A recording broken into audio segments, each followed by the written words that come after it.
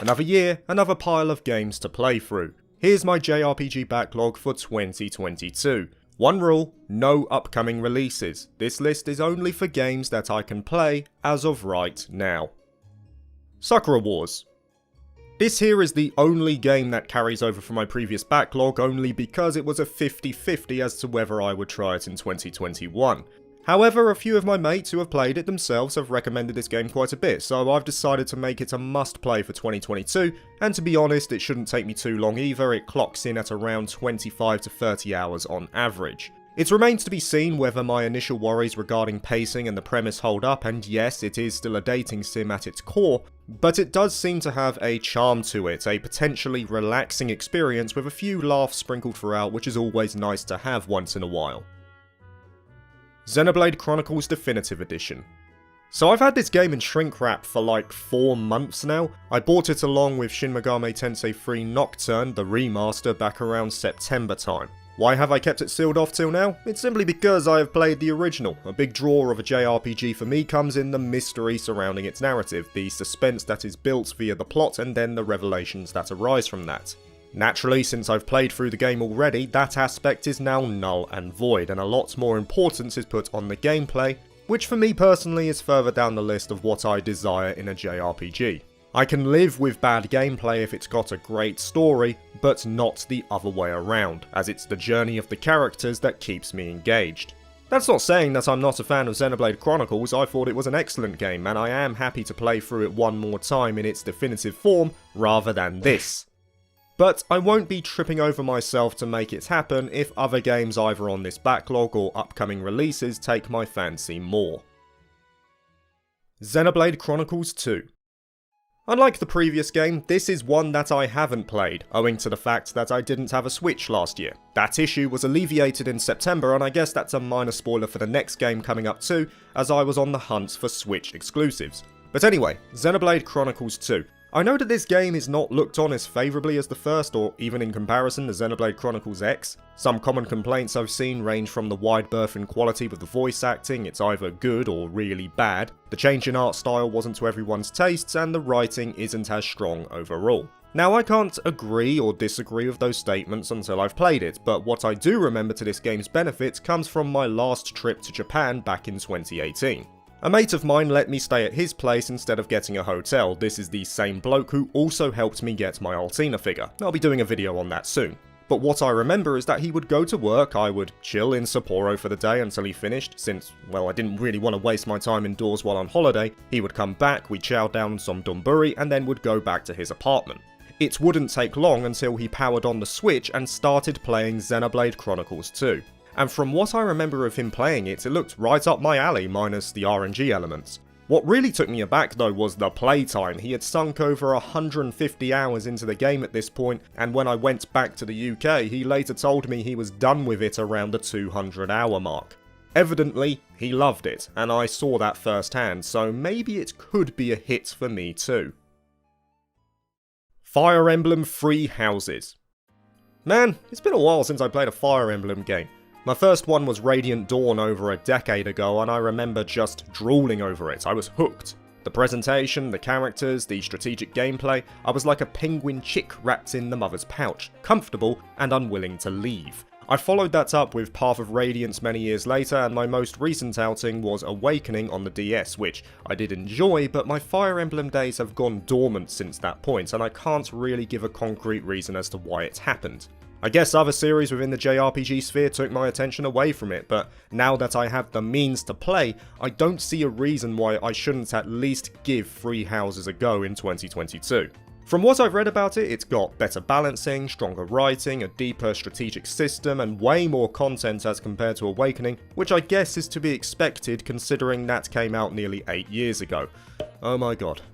Signs are looking good for this one, I just need to find that physical copy. Crystar.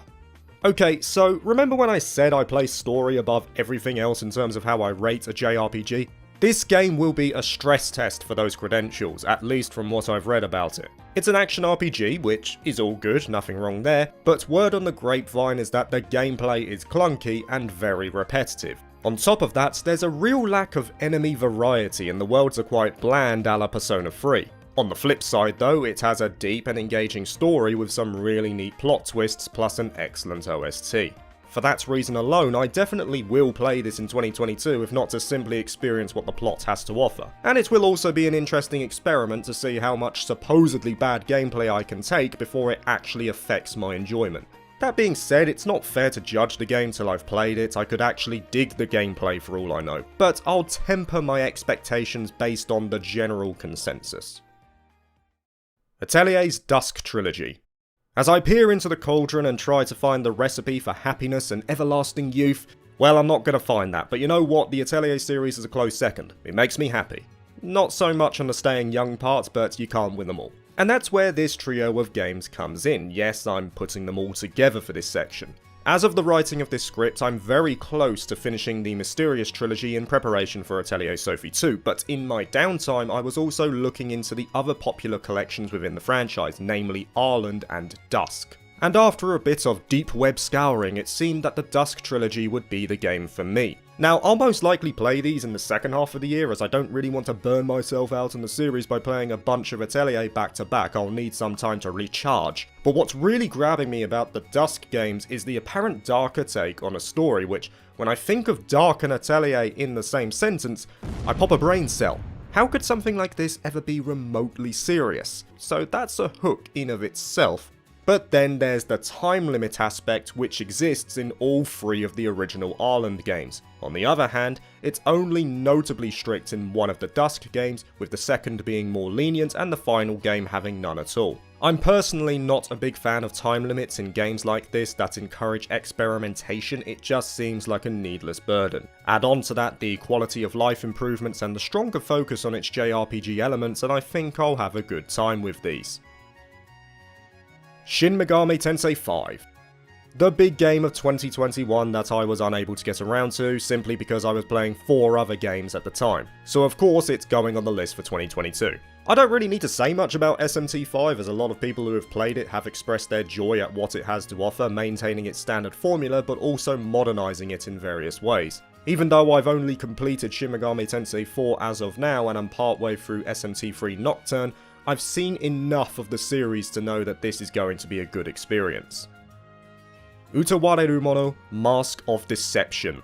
Right, now here's one of the games that I'm really looking forward to this year. Technically yes, it's not really a JRPG, it's a hybrid visual novel, but you know what? If Aegis Rim can be included on my list, and god damn it, it will, then Utawareru Mono will also get the same treatment, starting with Mask of Deception, as apparently playing this one first gives the best experience. Evidently, when you look at a visual novel, you're expecting a good plot accompanied with deep characters and strong pacing. And dang, have I seen some praise for this series. I've had friends who have said it compares to Trails in terms of world building, which is a mighty strong compliment. Elements like politics, economics, and warfare are all explained in meticulous detail, and that's a real draw for me. I love depth in my fantasy worlds, journeys that I can truly get lost in. And this game, along with the 2 others in the trilogy, sound like they could do just that.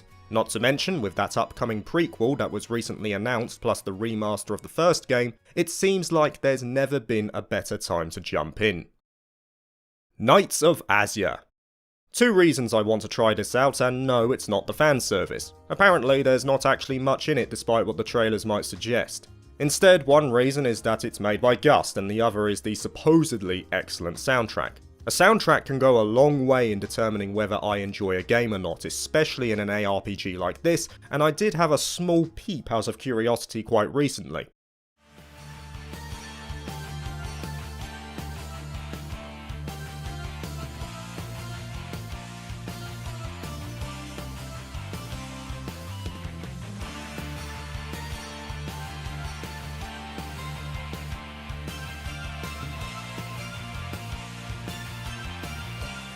Yeah, it's good. It was giving me East vibes, especially from the likes of Origin and Oakenfelgana. But what I have to weigh that up with is the apparent corners cut in areas like the world design. It looks half finished if I'm being harsh, and then there's the notable omission of a difficulty setting, which doesn't help when the main game itself is, well, easy. That being said, it looks okay, and if it's Gust, I'm willing to try out one of their other offerings. They've built up a lot of goodwill with me over the past couple of years.